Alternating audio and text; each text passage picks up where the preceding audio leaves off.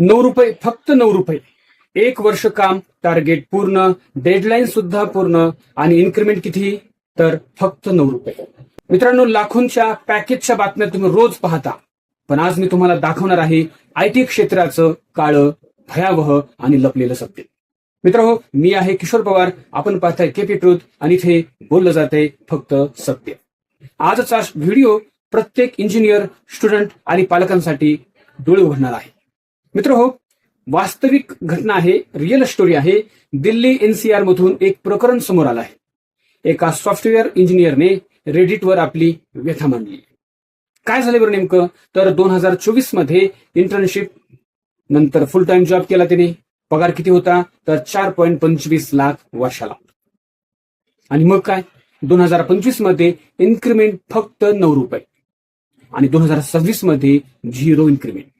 मित्रांनो, ₹9 आज चहा सुद्धा मिळत नाही आणि कंपनी म्हणते वी व्हॅल्यू आवर एम्प्लॉईज.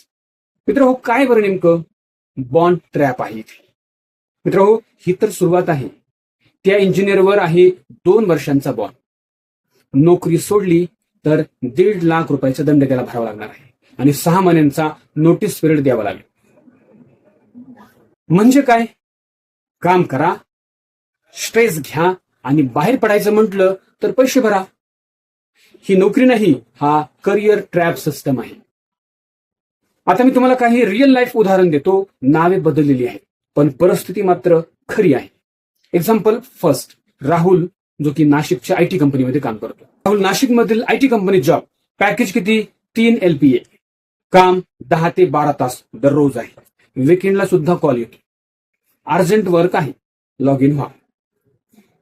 1 वर्षानंतर इन्क्रीमेंट फक्त ₹1000. मित्रांनो, हे जॉब नाही, हे एक्सप्लेनेशन आहे, शोषण आहे.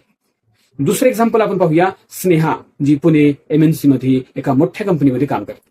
2 वर्षांपासून काम करते, इन्क्रीमेंट 0. HR काय म्हणतो माहिती का? कंपनी परफॉर्मन्स लो आहे. पगार कसा वाढवायचा? कंपनी लॉस मध्ये. आणि दुसरीकडे काय? CEO मात्र बोनस घेतोय. एक्झाम्पल 3, अमित, जो बेंच प्रेशर मध्ये आहे.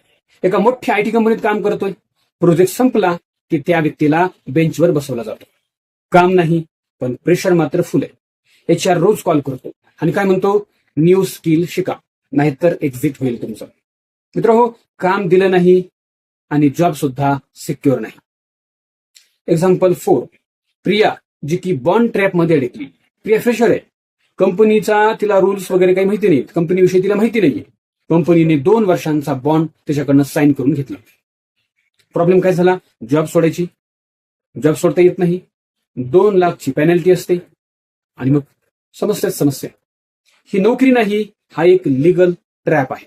मित्र, आता जो पहिला मी मुद्दा तुम्हाला सांगितला, सोशल मीडियावरती त्याची रिॲक्शन खूप आली.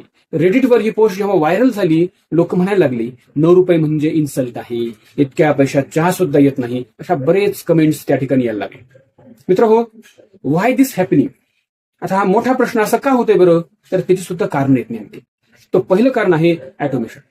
म्हणजे काय? तर मशीन तुमचं काम घेत आहे. दुसरी समस्या, कॉस्ट कटिंग. कंपनी प्रॉफिट वाढवते, सॅलरी वाढवत नाही. तिसरा प्रॉब्लेम म्हणजे ओव्हर सप्लाय. इंजिनियर्स जास्त, जॉब्स कमी, अशा समस्या येणार असते ते. आणि आयटी क्षेत्र म्हणजे मित्र, आयटी क्षेत्र म्हणजे ड्रीम नाहीये बरं का. एक काळ ड्रीम असायचं प्रत्येकाचं, आता ते ड्रीम नाहीये. आयटी क्षेत्र म्हणजे सर्वाइव्हल बॅटल आहे. मित्रांनो, डिग्री पुरेशी नाही, स्किल अपग्रेड करा, ब्लाइंड ट्रस्ट करू नका. आणि चौथं म्हणजे पॅकेजच्या मागे धावू नका. रियालिटी समजून घ्या. शेवटी एवढंच म्हणेल, मी आहे किशोर पवार, आपण पाहताय केपी ट्रूथ आणि मी असंच खरं सत्य तुमच्यासमोर आणत राहणार. तुमचं मत काय? ₹9ची वाढ ही योग्य की अपमान? हे आपण कमेंट्स मध्ये सांगायचं आहे. स्वप्न मोठे ठेवा पण वास्तव मात्र विसरू नका. जर आपण आमच्या चॅनलवरती नवीन असाल तर सबस्क्राईब करा, व्हिडिओला लाईक करा, शेअर करा आणि कमेंट्स करायला मात्र विसरू नका. पुन्हा भेटू नवीन विषय घेऊन. तोपर्यंत जय हिंद, जय महाराष्ट्र.